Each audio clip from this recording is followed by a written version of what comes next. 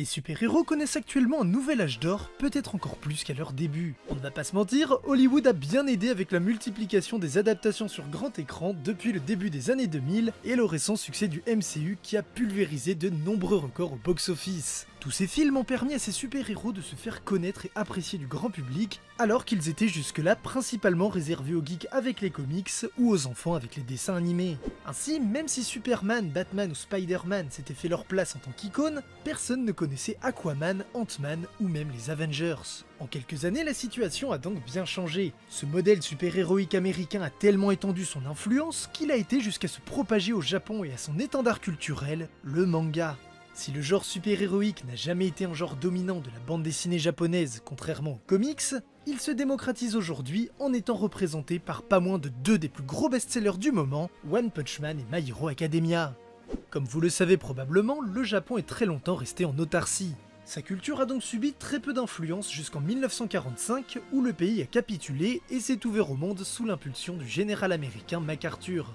À ce moment-là, le pays a été inondé de produits culturels étrangers, notamment de comic books et de films. Si ce déferlement de produits culturels a beaucoup influencé les auteurs de l'époque, parmi lesquels Tezuka, le Japon a malgré tout conservé son âme et son héritage. Tel un mécanisme de défense, l'archipel a su rester fidèle à ses traditions. Ainsi, bien que l'influence américaine eût été forte, les Japonais ont développé leur propre modèle super-héroïque au fil des ans, un modèle considérablement différent de son équivalent US. Le super-héros américain est une figure solitaire, un être qui se distingue des autres grâce à des facultés surhumaines, un sens de l'honneur exacerbé ou encore des origines lointaines. Bref, c'est la représentation de l'American Dream et du self-made man dans toute sa splendeur. Le super-héros est ici l'hyperbole du citoyen américain et de l'immigrant qui réussit à la force de ses convictions et se distingue des autres. En plus de ça, on retrouve tout un tas d'autres codes, comme par exemple la cape ou des costumes mettant bien en avant la musculature. A l'inverse, le super-héros japonais agit bien souvent en groupe, notamment dans les séries de Sentai. L'individualité est ici effacée au profit du groupe, une mentalité très ancrée chez les Japonais, surtout après-guerre. Ce sacrifice de l'individualité au profit du groupe est d'ailleurs ce qui a permis au Japon de se hisser si rapidement sur le devant de la scène mondiale en termes d'industrie, malgré sa défaite lors du conflit. Là encore, d'autres codes s'ajoutent à cela, tels que des combats en 1 contre 10, les robots géants et les costumes flashy. Bien sûr, il y a des exceptions, les 4 Fantastiques et les X-Men dans les comics, et Ultraman au Japon par exemple.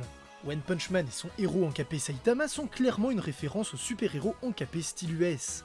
Quant à My Hero Academia, l'histoire repose sur le fait de suivre la formation d'apprentis super-héros aux super-pouvoirs divers et variés.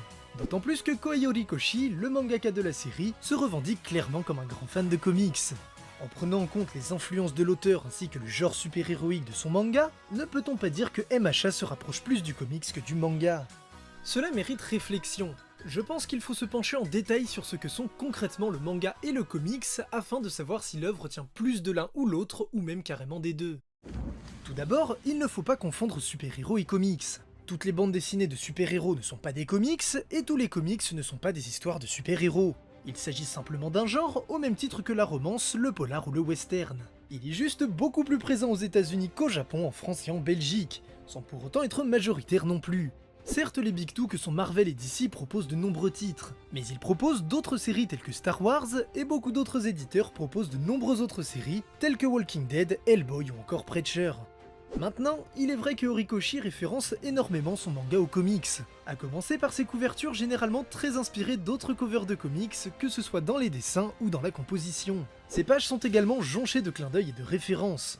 L'activité super-héroïque a démarré aux États-Unis, All Might, héros tout-puissant et symbole de la paix, est clairement présenté comme le Superman de cet univers, et puis comment ne pas y voir de fortes similitudes avec les X-Men. Les alters sont ici l'équivalent des mutations, à la différence que les altérés constituent la grande majorité de la population, contrairement aux mutants en minorité. Les personnages font d'ailleurs plusieurs allusions à cette série, notamment lors de l'emménagement dans les dortoirs de Yuei, qui rappellent beaucoup une certaine école de jeunes surdoués. Le statut des héros, leur collaboration avec les forces de l'ordre et toutes les lois qui encadrent cette profession me fait également beaucoup penser au thème abordé dans l'event Civil War de Mark Millar en 2006. Depuis l'arc Stein, Horikoshi semble de plus en plus vouloir aller vers une critique du rôle des super-héros et de la dualité qui les lie aux super-vilains. Un thème également développé dans le spin-off Illegals, mais surtout un sujet en or pour le genre qui permet à la fois de redéfinir le super-héros, de montrer une vision moins manichéenne de leur combat contre les super-vilains, et d'émettre par la même occasion une critique de la société où ils vivent, souvent parabole de notre propre société. Cependant tout ça c'est sur le papier, c'est-à-dire que c'est le postulat de départ. À présent, voyons comment Horikoshi aborde ces thèmes et influences.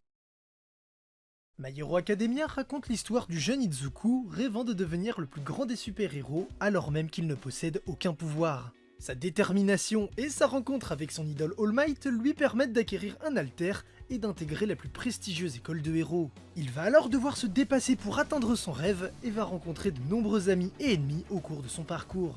L'intrigue mettant en scène un lycée d'apprentis héros, on pourrait croire que c'est le terrain parfait pour une ambiance teen movie à l'américaine. Alors qu'au final, pas tant que ça.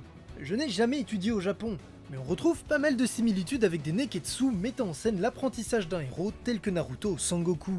Pour rappel, le neketsu est un genre du manga qui raconte la vie d'un héros s'accomplissant au cours de son parcours initiatique, avec la dose d'exagération qui va avec, comme dans Dragon Ball, Hunter x Hunter ou encore Bleach. On y retrouve un héros surmotivé qui se fait tout un tas d'amis grâce à sa gentillesse et sa capacité à fédérer. Contrairement à l'image festive généralement dépeinte par les productions américaines, MHA met en scène des personnages qui bûchent et dépassent constamment leurs limites pendant leur apprentissage, avec une grande fidélité à leurs principes et un esprit de groupe toujours présent. On en revient à ce que je disais précédemment, qui prouve qu'à ce niveau-là, le manga de Horikoshi s'inscrit bien plus dans les codes japonais que américains. Plus généralement, l'histoire de Izuku suit assez basiquement le schéma du voyage du héros défini par Joseph Campbell avec sa théorie du monomythe. On distingue clairement l'appel à l'aventure, l'aide surnaturelle, l'aide d'un mentor, les épreuves, la transformation ou encore la réalisation de son potentiel. Tout cela à la japonaise bien entendu, puisque la transformation implique de nombreux entraînements du héros, et les épreuves passent par des tournois, deux grands classiques du neketsu. De plus, on peut remarquer tout un tas d'autres caractéristiques inhérentes au genre, telles que la jeunesse des héros tout juste lycéens, l'innocence du protagoniste qui poursuit un rêve bien précis alors qu'il ne possède pas d'aptitude spéciale au départ, son rival qui va le motiver à dépasser ses limites, des chara-design extravagants, et enfin, une force surnaturelle très codifiée. Pour les deux derniers points, on peut dire que Horikoshi ne fait pas dans la demi-mesure, et c'est l'occasion de vous parler d'une autre de ses influences majeures, One Piece de Eiichiro Oda. L'auteur de MHA en est tellement fan qu'il a même réussi à passer dans un SBS de Oda il y a quelques années. Si les deux auteurs ont des styles graphiques bien différents, l'influence du créateur de Luffy se ressent clairement dans les personnages de Horikoshi. Son héros principal est relativement sobre, mais pour le reste, c'est un véritable festival, et le fait qu'ils aient chacun des aptitudes et des costumes personnalisés aide beaucoup.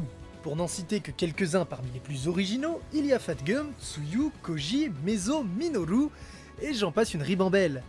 Pour ce qui est de la force surnaturelle, Horikoshi se distingue donc de la plupart des autres neketsu en se rapprochant plus de ce qu'a fait Oda. En effet, à la différence du chakra dans Naruto ou du ki dans Dragon Ball, les alters ne sont pas une énergie, mais une aptitude unique pour chaque personnage. Exactement comme les fruits du démon, même si pour le coup One Piece a aussi fini par avoir recours à une force surnaturelle et universelle avec le Haki. Là encore, si le super pouvoir est l'apanage du super-héros, l'utilisation qu'en fait Horikoshi est très japonaise. Un manga va généralement chercher à justifier et expliquer en détail comment fonctionne une aptitude et à la pousser à son maximum avec tout un tas de subtilités.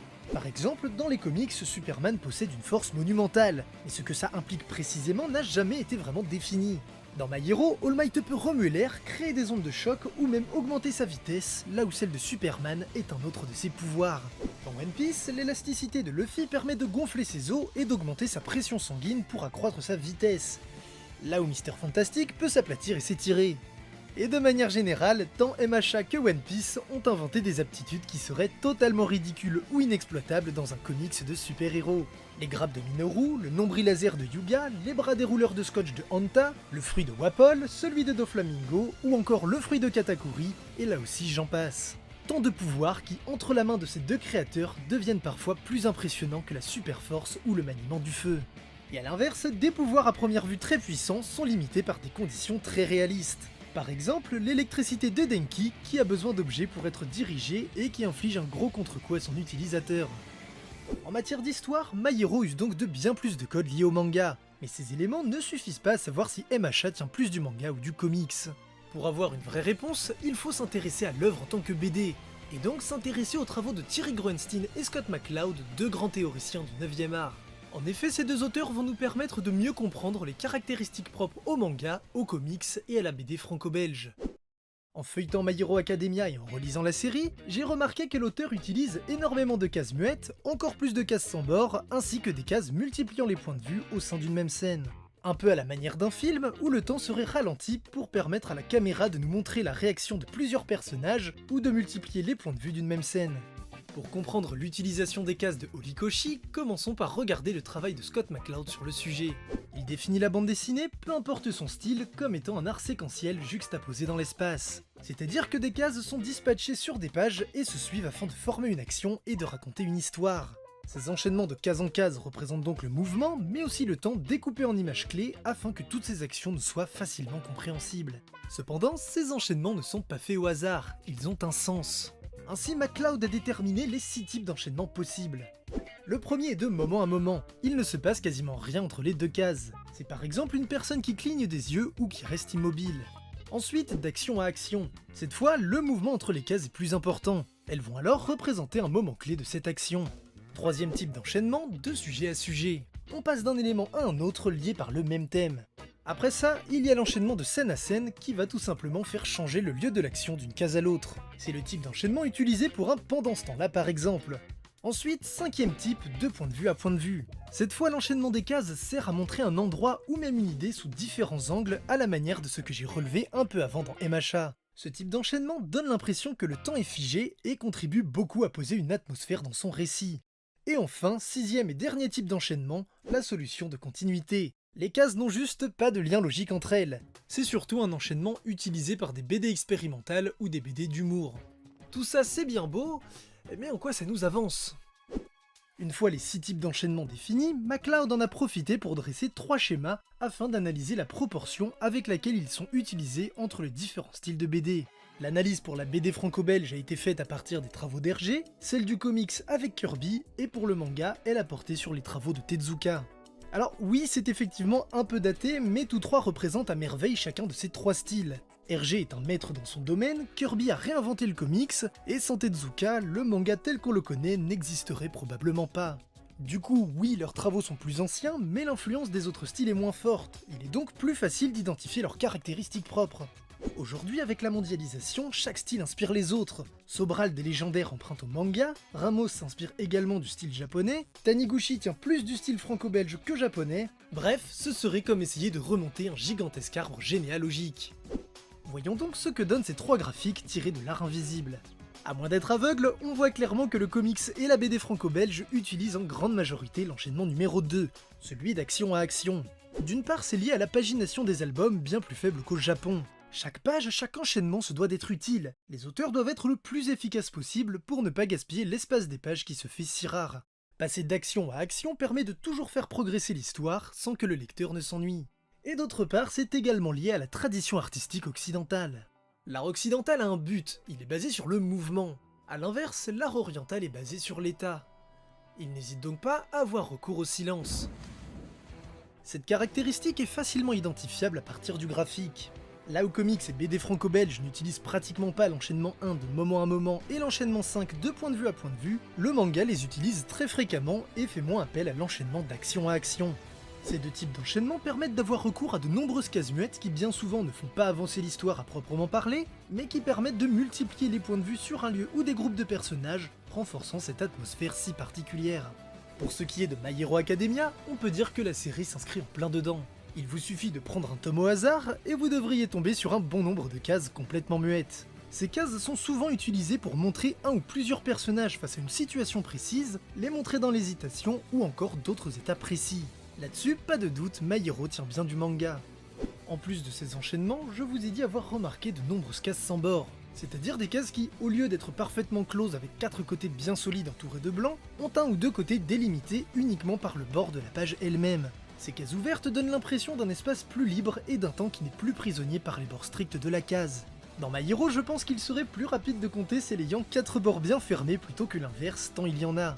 Mais pour être honnête, je ne pense pas que ce choix soit le résultat d'une réflexion de l'auteur sur la perception du temps par les lecteurs et l'impact sur son univers.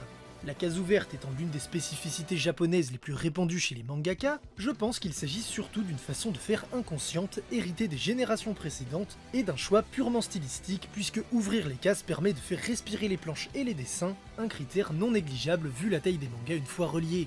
En revanche, les cases ouvertes ne sont que l'une des nombreuses caractéristiques de la grande souplesse de la mise en page des mangas. Encore une fois, prenons une BD d'Hergé et un comics de Kirby. En plus d'être parfaitement hermétiques, les cases sont rectangulaires ou carrées et alignées avec généralement les mêmes dimensions d'une ligne à l'autre. On a donc des traits homogènes et une harmonie dans les planches, desquelles se dégage une grande lisibilité. En manga, c'est le sbeul.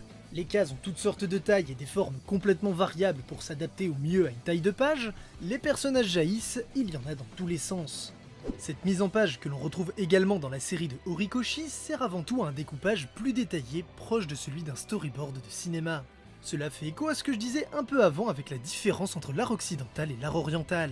Si le manga utilise bien plus d'enchaînements qui ne font pas progresser l'histoire, contrairement aux deux autres styles, c'est parce que c'est lié au rythme de publication. Tout comme la BD franco-belge et le comics doivent être efficaces pour faire avancer l'histoire le plus vite possible dans un nombre de pages réduit, les mangaka doivent, à l'inverse, apprendre à décomposer le mouvement pour que leur histoire s'étale sur un grand nombre de pages. On en arrive à ce qu'on appelle une dilatation du temps. C'est aussi ce qui donne cette impression d'exagération au moindre mouvement, puisque tout est hyper découpé, et que par contraste l'action semble aller très vite. Et c'est également pour ça qu'il y a autant de cases muettes, car en étirant le temps sur un très grand nombre de cases, certaines représentent des fragments de temps très courts, trop courts pour du dialogue. Cette contrainte liée à la publication amène donc les images à avoir une place bien plus importante que les mots. Chaque chapitre doit être un moment fort, et sa fin doit se terminer de manière à donner envie de lire celui de la semaine suivante. Évidemment, My Hero étant un neketsu pure souche et étant contraint à ce rythme de publication hebdomadaire, on retrouve toutes ces caractéristiques au fil des pages. Les cases prennent toutes les formes possibles et on retrouve ce découpage si spécifique qui donne l'impression que la moindre action est exagérément détaillée, comme si tout se passait au ralenti.